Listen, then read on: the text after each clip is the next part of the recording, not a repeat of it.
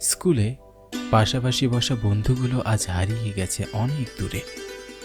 কলেজে কত নতুন নতুন বন্ধু, তাদের স্কুলের বন্ধুদের কথা কি আর মনে পড়ে? আমি অনুপম। রূপনগর নামে একটা ছোট্ট অজপাড়া গ্রামে আমার পৈতৃক নিবাস। 1 মাস আগে আমি শহরের সুনামধন্য দ্য লিটল ফ্লাওয়ার কলেজে ভর্তি হয়েছি।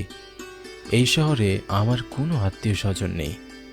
রোজ গ্রাম থেকে এসে সময় মতো ক্লাস করা আর সম্ভব হচ্ছে না, তাই বাধ্য হয়ে কলেজের হোস্টেলে উঠেছি।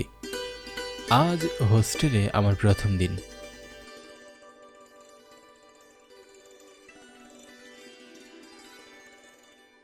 এই নাও, রুম নাম্বার 211। হোস্টেলের সকল নিয়ম শৃঙ্খলা মেনে চলবে।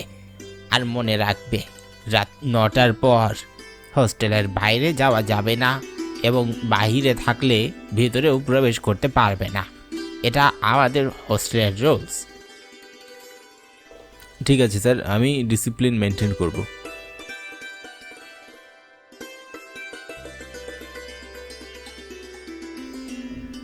আমি হোস্টেলের ম্যানেজার স্যারের কাছ থেকে চাবি নিয়ে আমার রুমের দিকে যাচ্ছিলাম। কলেজটা বেশ পুরনো, কিন্তু পড়াশোনার মান অনেক ভালো। বুক ভরা স্বপ্ন নিয়ে আমি এই কলেজে ভর্তি হয়েছি।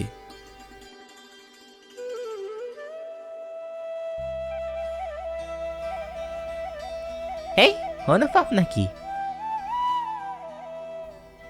আরে আশিক, কি অবস্থা? এই তো ভালো। তা হোস্টেলে আজই উঠেছিস নাকি? হ্যাঁ, এই তো 211 নম্বর রুমে আমার সিট পড়েছে। 211 নম্বর রুমে? এই রুমে তুই কেন উঠেছিস? আমার কথা শুনে আশিককে এমনভাবে চমকে উঠতে দেখে আমি খুব অবাক হলাম। আমি বুঝতে পারছিলাম না 211 নম্বর রুমের কথা শুনে আশিক এতটা ভয় পেয়ে গেল কেন। আমি কৌতূহলী হয়ে ফ্যাল ফ্যাল করে আশিকের দিকে তাকিয়ে রইলাম। কিরে, এভাবে হা করে কি দেখছিস? এক্ষুনি হোস্টেল ম্যানেজার স্যারকে গিয়ে বল তোর রুমটা যেন চেঞ্জ করে দেয়। তুই ওই রুমে থাকিস না। কিন্তু কেন? এই 211 নম্বর রুমের সমস্যাটা কোথায়? এখন থেকে অনেক বছর আগে এই 211 নম্বর রুমে রুমা নামের একটি মেয়ে গলায় ফাঁসি দিয়ে আত্মহত্যা করে মারা গিয়েছিল। তারপর থেকে 211 নম্বর রুমে অনেক আজব আজব ঘটনা ঘটতে থাকতো। তাই তো এই রুমে কেউ থাকতে চায় না। আশিকের মুখে এমন কথা শুনে আমার পশমগুলো কাঁটা দিয়ে উঠল। এমনিতেও আমি কিছুটা ভীতু আর কৌতূহলী স্বভাবের। কিরে, কি ভাবছিস? তেমন কিছু না। তুই আর সবাই নষ্ট করিস না। এক্ষুনি হোস্টেল ম্যানেজার স্যারের কাছে যা। কিন্তু আশিক, ছেলেদের হোস্টেলে মেয়ে আসলো কেমন করে? তা তো আমি জানি না, যতটুকু জানি তোকে জানালাম। আমি এখন গেলাম রে। আচ্ছা যা। আশিক আমার কাছ থেকে বিদায় নিয়ে চলে যায়। আমিও তাড়াহুড়ো করে হোস্টেল ম্যানেজারের রুমের কাছে গেলাম।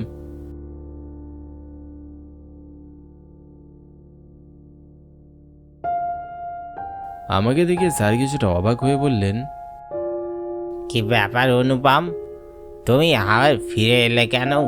কোনো সমস্যা? মানে স্যার, আমি আমার হোস্টেলের রুমটা চেঞ্জ করতে চাই। অন্য কোনো রুমে কি আমাকে শিফট করানো যায়? আপাতত অন্য কোনো সিট খালি নেই। তুমি কিছুদিন এই রুমে মানিয়ে নাও।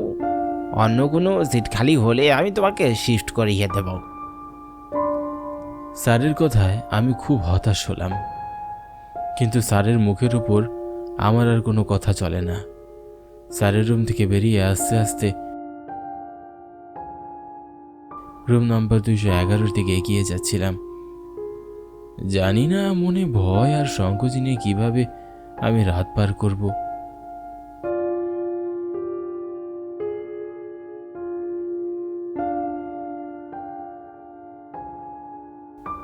রুমে এসে আমি ফ্রেশ হয়ে বিশ্রাম নিচ্ছিলাম। কিছুক্ষণের মধ্যে সন্ধ্যা নেমে আসলো।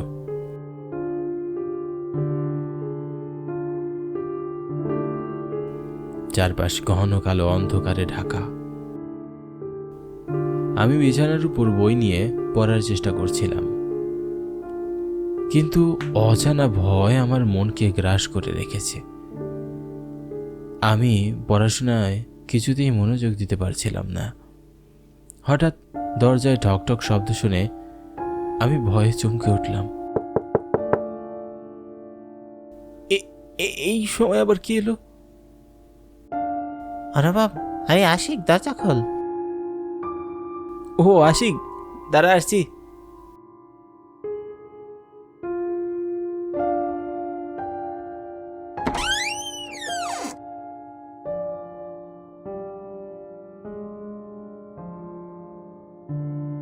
কিরে, দরজা খুলতে এত দেরি করলি যে? ওই একটু পড়াশোনা করার চেষ্টা করছিলাম, কিন্তু পড়াশোনায় তো একদমই মন বসছে না রে। একা একা বড্ড ভয় লাগছে আমার। আচ্ছা ঠিক আছে, আর ভয় পেতে হবে না। আমি আজ রাতে তোর সাথে এখানেই থাকবো। আশিকের কথা শুনে আমার মনটা আনন্দে ভরে উঠল। মুহূর্তের মধ্যে আমার মনের সমস্ত ভয় সংকোচ কেটে গেল। দুই বন্ধু রাতে গল্প করতে করতে ঘুমিয়ে যাই।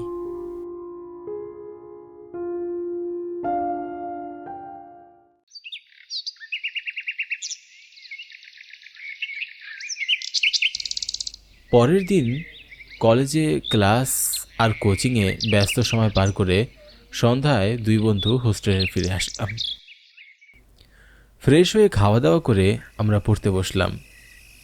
আজ ক্লাসে অনেক পড়া দিয়েছে, আর তাছাড়া যে স্বপ্ন নিয়ে আমরা এই কলেজে ভর্তি হয়েছি তা বাস্তবায়ন করতে হলে আমাদেরকে অনেক কঠোর পরিশ্রম করতে হবে। পড়তে পড়তে কখন যে রাত 12টা বেজে গেল আমরা সেটা বুঝতেই পারিনি। হঠাৎ বিদ্যুৎ চলে যায়। আশিক বিরক্ত হয়ে বলল, এই যা, লোডশেডিং শুরু হয়ে গেল। কটা বাজে দেখতো অনুভব?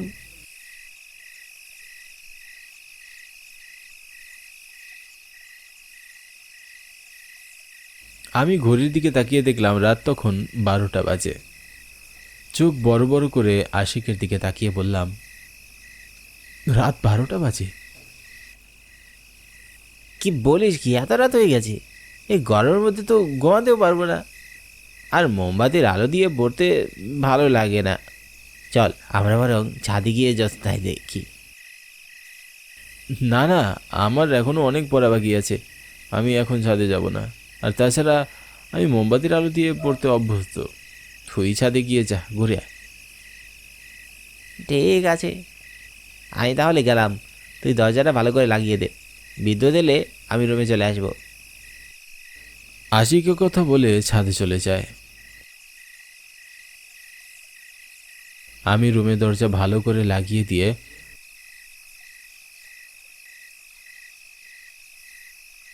পড়ার টেবিলে পড়তে বসলাম।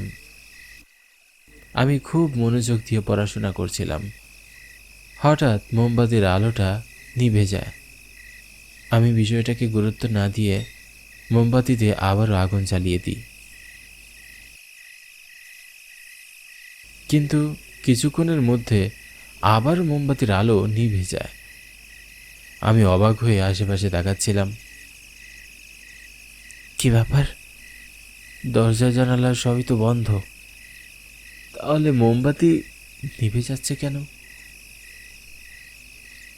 আমি কিছুই বুঝে ওঠার আগেই পুরো রুম আলোকিত হয়ে যায়।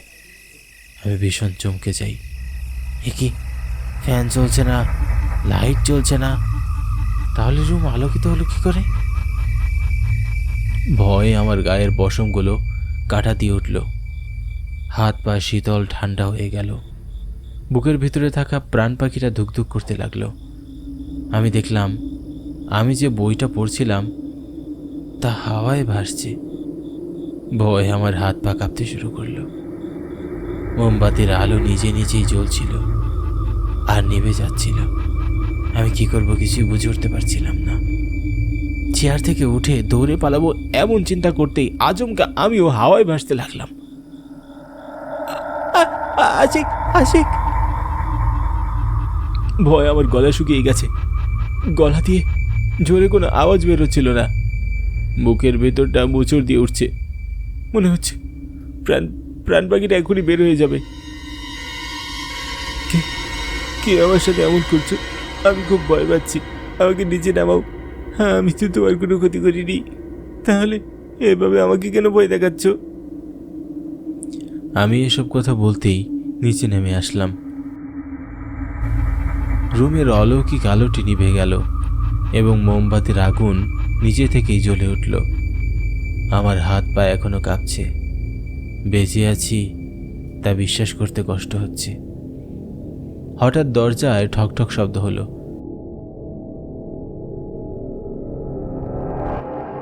আমি খুশি হয়ে গেলাম। আমি তাড়াহুড়ো করে দরজা খুলে দিলাম। কিন্তু দরজা খুলে আমি যা দেখলাম তা দেখার জন্য আমি মোটেও প্রস্তুত ছিলাম না। আমি দেখলাম দরজায় এক অপরূপ সুন্দরী মেয়ে দাঁড়িয়ে আছে। মেয়েটি ভীষণ হাঁপাচ্ছিল। মনে হচ্ছিল যেন সে অনেকটা পথ দৌড়ে এসেছে। তার ঘন কালো লম্বা চুলগুলো এলোমেলো ছিল। টানা টানা চোখ কাজল দিয়ে আঁকা। বাঁশির মতো সরু সুন্দর নাক, রক্ত জবা ফুলের মতো টকটকে লাল ঠোঁট, আর পরনে সাদা ধপধপে শাড়ি। কোনো মানুষ এতটা সুন্দর হয় তা আমার জানা ছিল না। দেখে মনে হচ্ছিল এ যেন স্বর্গ থেকে স্বয়ং কোনো দেবী নেমে এসেছে।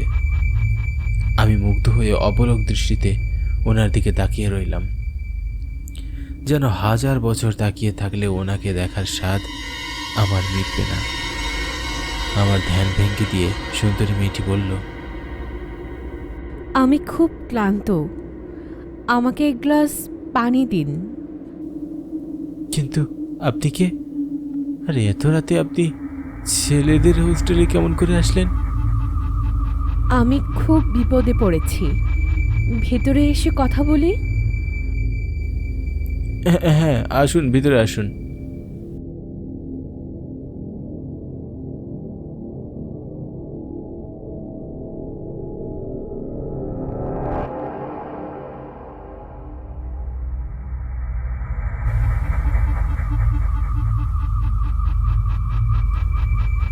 বললেন না তো এত রাতে আপনি ছেলেদের হোস্টেলে কেমন করে প্রবেশ করলেন?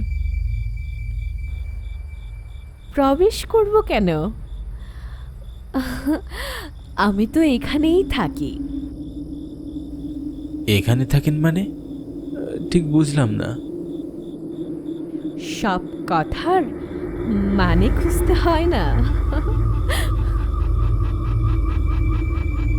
মেয়েটির ধাঁধা করে কথা বলার ধরন আর আচরণ দেখে আমি খুব আশ্চর্য হলাম। যেখানে রাত 9টার পর আমরা ছেলেরাই হোস্টেলে প্রবেশ করার অনুমতি পাই না, সেখানে একটা মেয়ে কেমন করে প্রবেশ করলো? আমি মেয়েটির দিকে তাকিয়ে অবাক হয়ে রইলাম। হঠাৎ আমার চোখ তার গলার দিকে যায়। আমি দেখলাম মেয়েটির গলায় মোটা লাল দাগ হয়ে আছে। দাগটা এতটাই গাঢ় আর ক্ষত ছিল দেখে মনে হচ্ছিল 5 মিনিট আগে তাকে ফাঁসিতে ঝুলানো হয়েছিল। জানি না কেন আমার প্রচণ্ড ভয় হচ্ছিল। মনটা ভেতর থেকে কুডাক ডাকছে। আমি ভয়ে ভয়ে মেয়েটিকে জিজ্ঞাসা করলাম, আপনার গলায় ওটা কিসের দাগ? মেয়েটা আমার কথার কোনো উত্তর দিল না। আমার দিকে বড় বড় চোখ করে তাকিয়ে রইল। বুঝতে পারলাম আমার কথায় সে বিরক্ত হচ্ছে। তাও বললাম, আপনার নাম কি? আমার নাম? হ্যাঁ, আপনার নাম?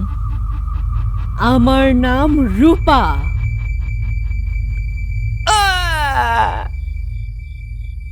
আমার চিৎকারে পুরো হোস্টেল কেঁপে উঠল। আমি দেখলাম মুহূর্তের মধ্যেই মেয়েটার চেহারা বিকৃত হয়ে গেছে। তার চোখ দিয়ে আর গলা দিয়ে রক্ত ঝরছে। দাঁতগুলো বড় বড় হয়ে বের হয়ে আছে। মুখে অনেক কাটা দাগ। ভয়ঙ্কর কণ্ঠে মেয়েটি আমাকে বলল, কেন কেন আমাকে বিরক্ত করতে এই রুমে এসেছিস? এটা আমার রুম, এখানে আমি কাউকে থাকতে দেই না, আর যে থাকতে চায় তাকে জীবিত রাখি না। মেয়েটিকে আমার দিকে এগিয়ে আসতে দেখে ভয়ে আমার হাত পা ধরধর করে কাঁপতে শুরু করলো। বুকের ভেতরটা শুকিয়ে গেল, আমি মাথা ঘুরে পড়ে গেলাম। তারপরে আমার আর কিছুই মনে নেই। জ্ঞান ফিরে আসার পর আমি দেখলাম আমার পাশে হোস্টেল ম্যানেজার স্যার, দারোয়ান চাচা আর আমার বন্ধু আশিক বসে আছে। রাতে আমার চিৎকার শুনে ওনারা নাকি আমার রুমে এসে আমাকে অজ্ঞান অবস্থায় পায়। আমি ওনাদের আমার সাথে ঘটে যাওয়া সব কিছু বললাম। তারপর দারোয়ান চাচা আমাকে জানালেন,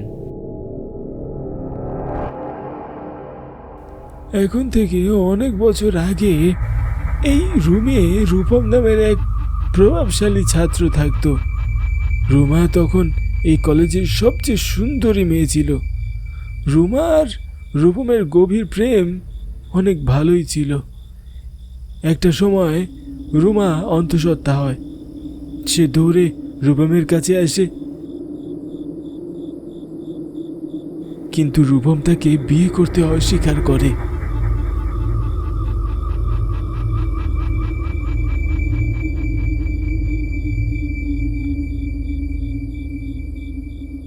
রুমা গলায় ফাঁসি দিয়ে তারপর আত্মহত্যা করে। তার কিছুদিন পর রূপমের অস্বাভাবিকভাবে তার মৃত্যু হয়, এবং তারপর থেকে রুমার আত্মা এই রুমে ঘুরে বেড়ায়।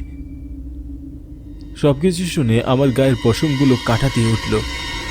তারপর সেদিনই হোস্টেল ম্যানেজার স্যারকে বললাম আমাকে অন্য রুমে শিফট করে দিতে।